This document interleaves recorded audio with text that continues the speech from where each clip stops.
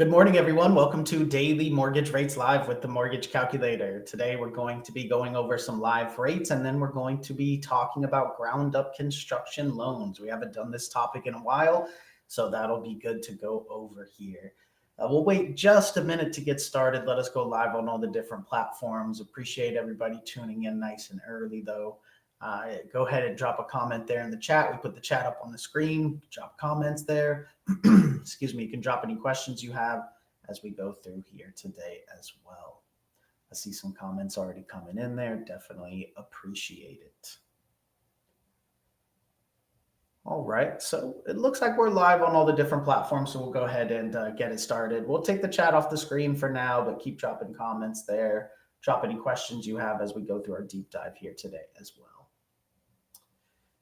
And welcome, everyone. My name is Kyle Hershey. I'm the COO of the Mortgage Calculator, joined here by our president, Nick Hershey, and we are a lender specializing in non-QM loans. And what we do every morning on the show at 11 a.m. Eastern is go through our actual live mortgage rates, and then we do a deep dive into a different loan topic. Today's topic is going to be ground up construction loans. Now, here at the Mortgage Calculator, we specialize in non-QM loans and also investor loans and work with investors a lot. So this is definitely something that we're very familiar with here at the Mortgage Calculator. So we'll get into that here shortly. But before we do that, we'll do what we do every morning, which is go ahead and pull up our live rates. So Nick, if you're ready, let's go ahead and pull up our pricing tool and let's see what the rates are looking like this morning. All right, let me change the screen here. And we'll look at our live rates with our pricing tool here for our team. This will show us the general rates and the APR for today, February 17th, just after 11 a.m. Lots of news this week and last week in the markets. Definitely not so great news for rates, but we'll see what's going on here. We will set up a basic scenario so we can compare the APR across the loan programs. If you'd like a full loan estimate that breaks all the itemized fees down, please get with our team members. We have over 300 loan officers to help you out. So for the demos, we'll set up the same scenario as we always do. We'll set a $400,000 loan amount. We'll set the LTV to 80% loan, 20% down payment. And we'll have the computer find the lowest rates we can offer for conforming conventional first. And then we'll compare that with FHA, which is usually the second option for most borrowers. And then we'll go into our expanded guidelines, also known as non-QM, where we have over 5,000 additional options. We also have VA and USDA. VA is only for eligible vets and active service members. If you are, let us know. And USDA is only for eligible properties. If you're looking in those areas, just let us know. So we'll start with conforming conventional as we do every day. We'll do a purchase, 30-year fixed standard loan, primary occupancy, single family home, 1 unit, state of Florida, county of Miami-Dade. And for all the demos, we use an estimated credit score here of 760 and an estimated debt to income ratio of 40. So let's check the options today. Oh my goodness. So even for primary now, we're getting the portfolio option popping up. So a portfolio option is an option that is not a true conventional option, uses all the same guidelines. But in this case, because the conventional rates are fluctuating daily pretty significantly, this one is popping up today, just like it does for investments sometimes. 7% rate for 2.125 discount points, puts the APR 7.275. And the first true conventional option here, this next one, 6.99 rate for 2.25 discount points, puts the APR at 7.278. So hopefully we see some more downward movement this week. Everybody kind of panicked a little bit here lately with some of the news, but hopefully we see some improvements. Now, if for any reason our customer doesn't qualify for a conventional option, the next option we want to check out is an FHA option. So we'll set up the same scenario, except this time we'll select FHA.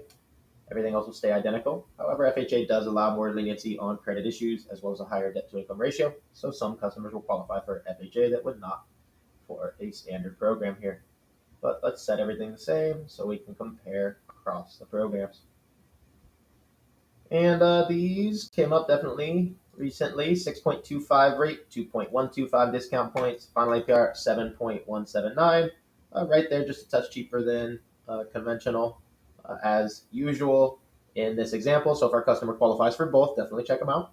And if our customer needs to use this, definitely a great option, as this APR does include the upfront and yearly mortgage insurance that does have to be added to FHA, and is still actually cheaper than conventional in this one example, but is very comparable in general. So our customers that need to use it, definitely a great option. FHA is great at the moment.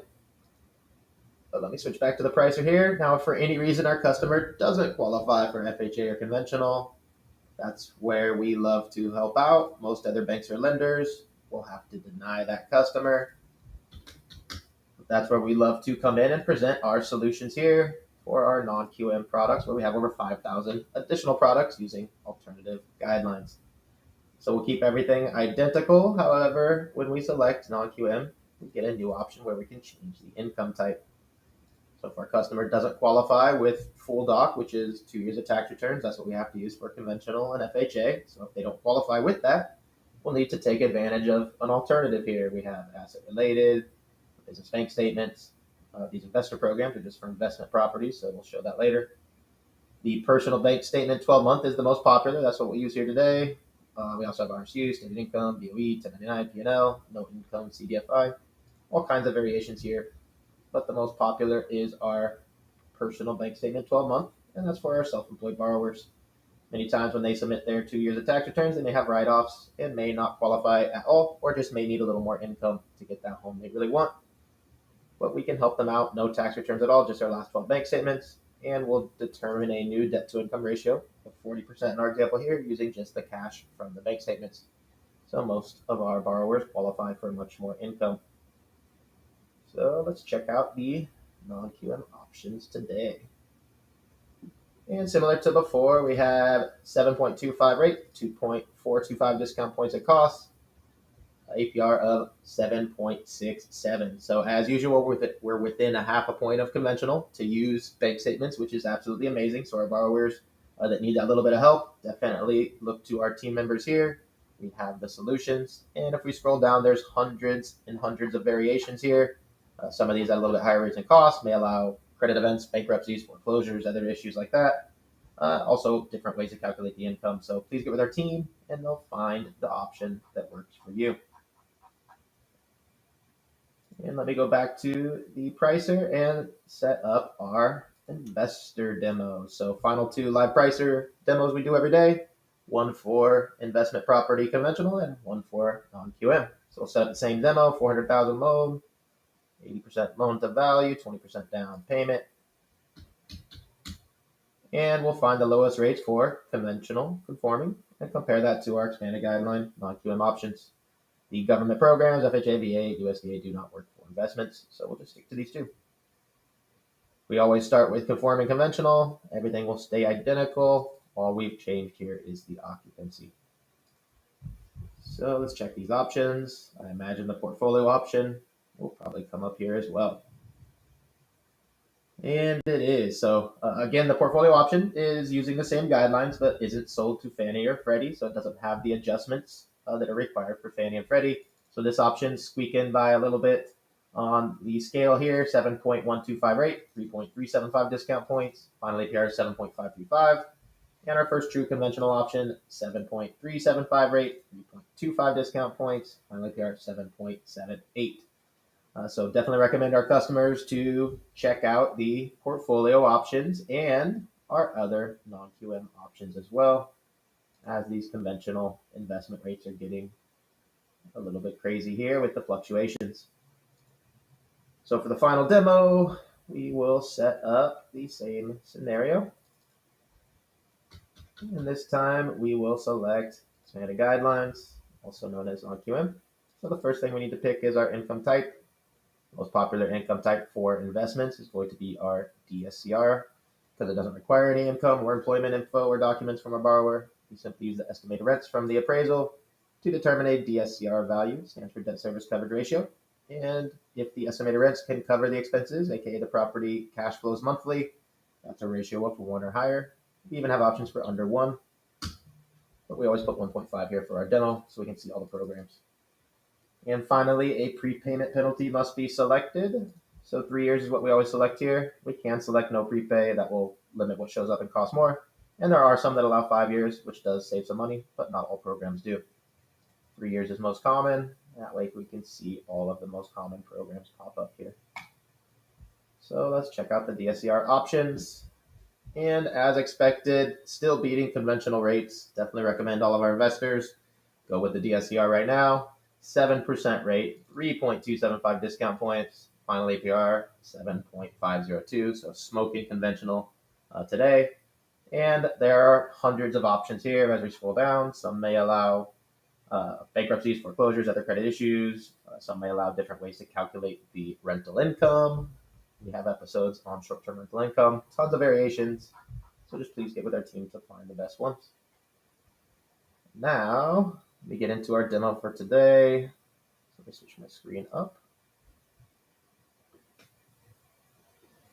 1 second here. All right, so today we're going to be talking about ground up construction loans. So this is for our investors out there. These are for fix and flippers or investors, builders, whatever you want to call them.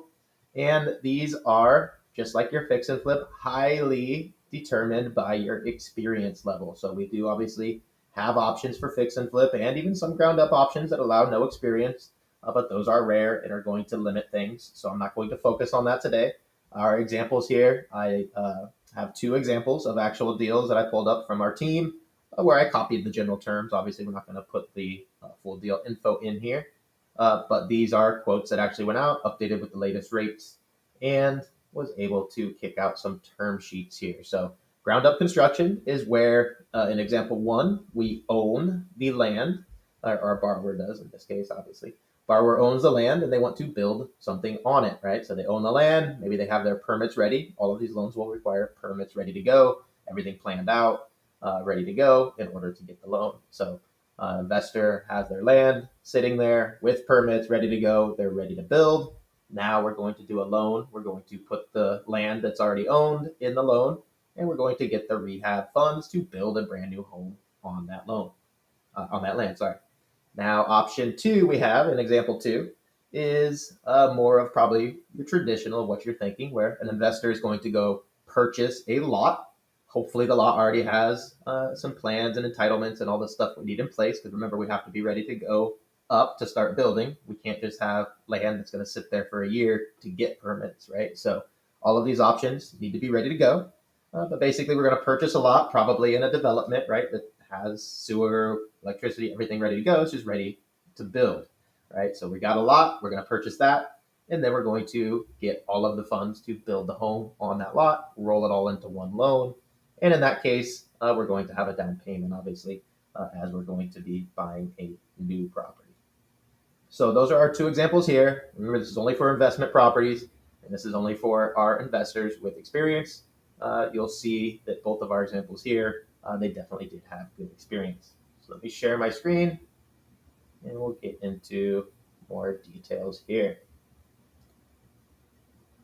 So example 1 was an actual quote that went out for a ground up refinance where the borrower owned a $70,000 piece of land that was ready to build on.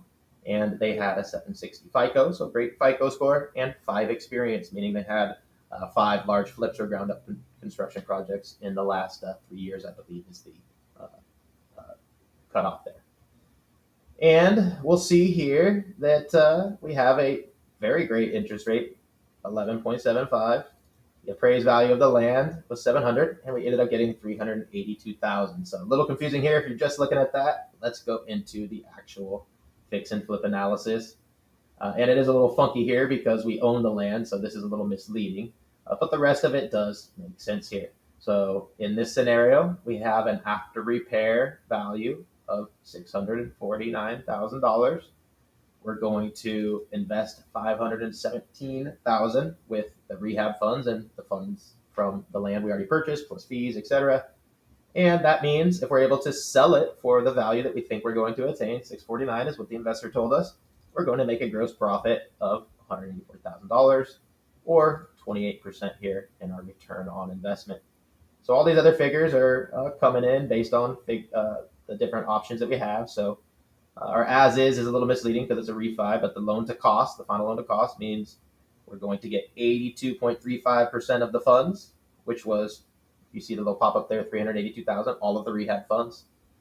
And it's going to be the final, based on the final value of after repair value. And our after repair LTV is based on this as well. So a little bit of different figures here that we use for our fix and flip and ground up. Let's check out some of the other parameters here. The interest only payment is going to be this much for the 12 months that this investor is going to have the loan. This is a 12-month term.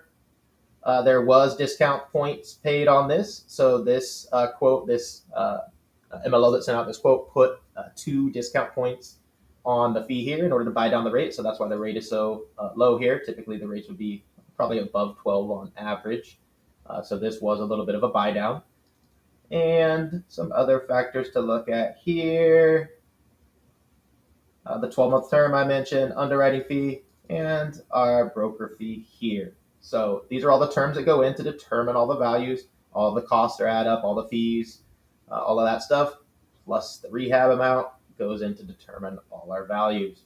So great example here, our investor, if we do everything according to our plan, what they have planned out, and we're able to attain our 649 after repair value, we're going to make 28% return on their investment. So great investment for this investor. We were able to max out our terms here. Loan to cost typically max out at 85%. So this squeaks in just under the max.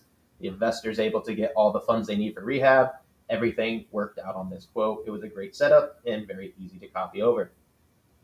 Now let's go into our ground up with a purchase. So this was a much bigger project and more of your traditional, as I mentioned, ground up as the way people think of it. An investor is going to buy a piece of land for $1 million. That's worth $1 million. So probably a nice big piece of land. And this example was California, right? So land is a little more expensive there. And obviously building homes is a little more expensive as well. So in this example, the borrower had a little bit lower FICO and a little bit less experience. And you can see that reflected in the interest rate here. So a few different factors. I'm not sure exactly why the MLO sent it like this, but perhaps that's what the borrower requested, right? So I'm just copying what they had. 2 different scenarios for 2 different borrowers, 2 different requests. And you can see that there's different ways to slice this up. So on this one, we had a 15.75% interest rate because we didn't buy it down at all either. And we had a little bit lower FICO and a little bit lower experience. We had a $1 million purchase price. We're going to put an initial 100,000 down on the initial purchase, right? We got to put at least 90% on the initial purchase. So that's going to be our initial down payment. And we're going to get an initial 900,000 on the purchase. Then we're going to add the rehab funds to that. So let's go down into where the nitty gritty comes in on the fix and flip analysis. So this one turned out to be a great ROI, which is obviously what the investor is concerned on here, because it had an after repair value of 2.6. With all the numbers, when you put it all in here, the rehab, $1 million worth of rehab plus $1 million in purchase plus fees, etc., ends up being this cost, and the investor is looking at making about $550,000 once they're able to sell it, if they're able to attain their goal here of $2.6 million after repair value. So the as is LTV, loan to cost here, you see we got even higher on the loan to cost, which is pretty amazing because there is still a good amount of profit here. ARV, LTV, all these different factors are ways we measure and determine the maximum loan amount. So as these amounts go up and down, the calculators that we have to use to determine these programs will either say yes or no, or reduce the LTV on the initial purchase, reduce the amount of the rehab, etc. So let's go into the numbers here. This is a monthly payment, pretty hefty, but obviously this is a big developer. As its value was $1 million, the developer's going to purchase it for $1 million. They're going to rehab it for $1 million. They're going to end up paying $200,000 in interest if they go the full 12 months. So they probably should definitely get it off their books sooner than later. The total cost here with the interest, with the fees, all that stuff is going to be $2.3 million. And if they're able to attain their ending goal here, they're going to attain almost $550,000. Now, 12-month term, underwriting fee, and broker fee are all in there. So that's how we set up those quotes. Definitely very difficult. And let me switch my screen and show you more of the way that we kick it out to the investor here. which is another way to analyze it. So just to show you an example of the way it prints out,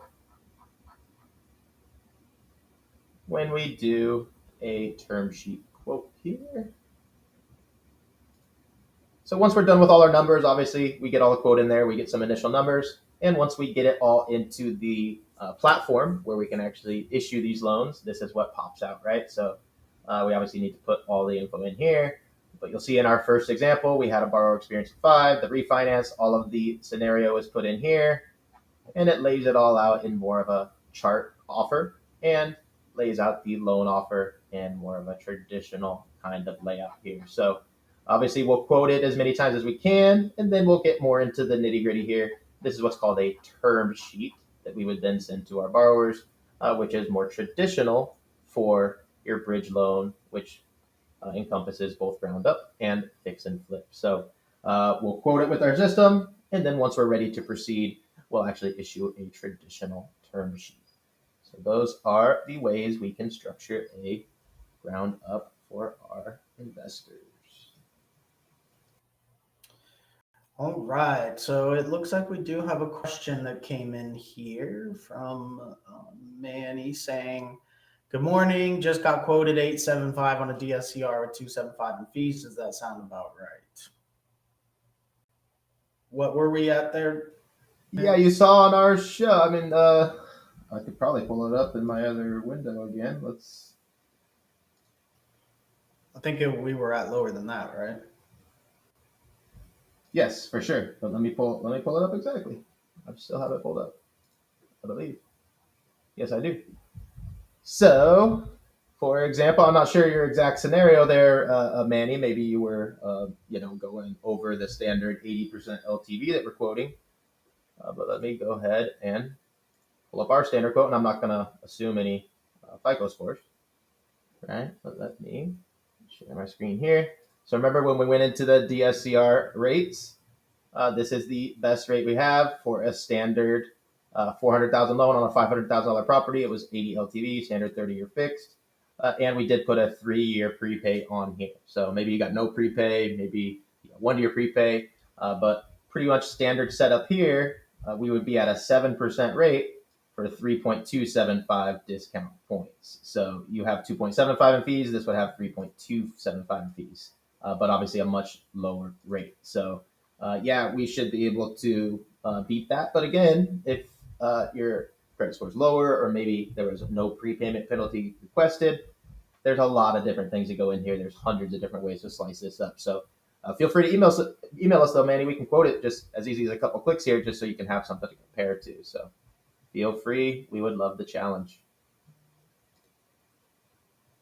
All right. Well, I don't see any other questions, so I think we can go ahead and wrap it up. Remember, we do this 11 a.m. Eastern every weekday where we go through our live rates and then do a deep dive into a topic. So we'll be back tomorrow with a new topic for you. Thank you, everybody, for tuning in. We'll see you tomorrow, 11 a.m. Eastern, for the next episode of Daily Rates Live with the Mortgage Calculator. Have a great day, everyone. Thanks, everybody.